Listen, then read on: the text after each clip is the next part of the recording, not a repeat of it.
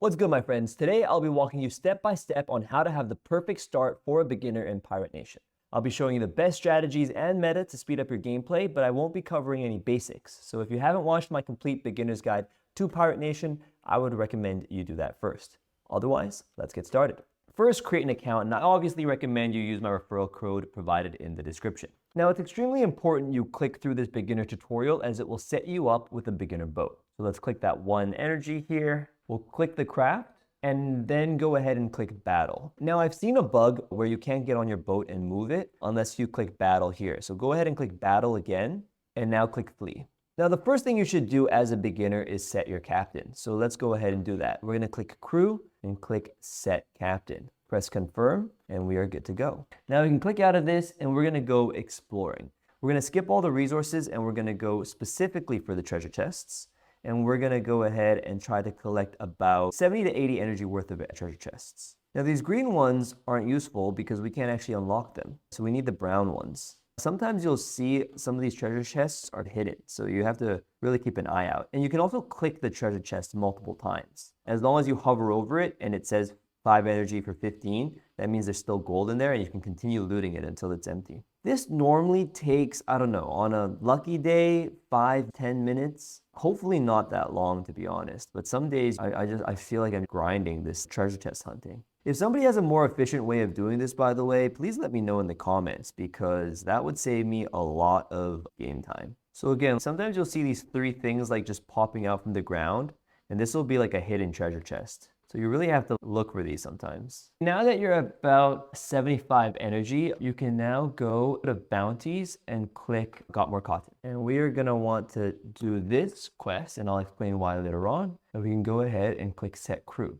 You should have about 225 marks right now, so we're gonna go pay the 25 here. Next, we're gonna wanna go to our captain, and we're gonna wanna level our guy up. We should be able to level him up to level 4. Perfect. Now that we're at level 4, we can actually run the gauntlet. And I'm just gonna speed through this. If you have any troubles winning the gauntlet, keep an eye out for a gauntlet strategy guide that I will be dropping soon. So make sure you hit that like and subscribe. Here's a pro tip if you wanna play it a bit more efficiently. Instead of having to click and drag, you can actually just double click. So if you double click, oops, I did that wrong. If you double click, it'll automatically attack the last character you've just targeted. Another thing I like to do is turn on the disable end turn prompt because that way it just makes playing a little bit faster. Close to being done here. Stop. I was streaming. I'm not even recording this.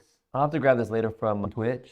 Yeah, I can't see chat right now, so if you guys are saying anything, I have no idea because I'm too busy recording this video for YouTube. But if you guys are in chat, say hi. Now that we're done, we're gonna go back to port. We're gonna go to our inventory and we're gonna unlock all these crates.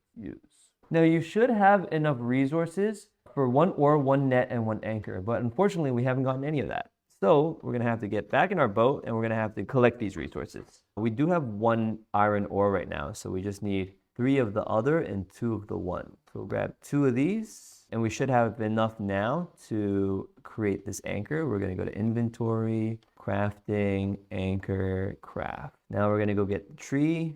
Oh, look, all the treasure chests are now here. But we don't want to get the treasure chest because it's very important we conserve our energy. We get 1, 2, 3, and now we have enough to craft this ore. So we can go to inventory, crafting, let's go to ore. We're gonna craft this, and then we're gonna want to go to the cotton. That's 1, that's 2, that's 3. We're gonna go to inventory, we're gonna go to crafting, and we're gonna wanna craft this net. Now that we have all 3, we're gonna go back to quests and we're gonna run Might Be Murdoch's training ground. Perfect. Now that you've done all this, you've basically gotten the perfect start. So what kind of comes after? The most efficient way to play this game is to use the explore to collect marks, use the bounties to collect missing resources, and only run the quests to get a sloop, which is currently the meta. You should be running a lot more cotton, ideally twice a day. But also you can run the other ones depending on what resources you're missing to run. Might be Murdoch's training ground. So make sure you have 1 ore, 1 net, and 1 iron anchor every day. Here are the quests you should focus on. You should be running Might Be Murdoch's training ground every day to get the experience. You should be doing collect mermaid scales whenever you have the extra materials for the cotton net. And that's why it's so important to be doing the quest for cotton. You should be running follow the Robo Dolphin whenever you have a compass. And you should do Hammerhead Sharks whenever you have an extra spyglass. This will just give you the additional materials that you need. You should be running Meet Billy whenever you can. This one will allow you to get the Billy Club, which is an important material for getting the sloop. And you should be using this to get the high seas map as well. Because what you want to do is you want to be running It's a Slippery Sloop, and that requires the Billy Club. Now, it's very important that you don't run any other quests outside of these ones, as most of these other quests are a waste of resources. In my next guide, I'll go over the most efficient daily routine to maximize your Pirate Nation gameplay and thus your airdrop, so hit that subscribe button. I'll also be streaming weekly, and I'm currently doing a challenge where I'm trying to earn $100,000 playing games, and we still got a long way to go, so come support. Otherwise, thank you, my friends, and I'll see you soon.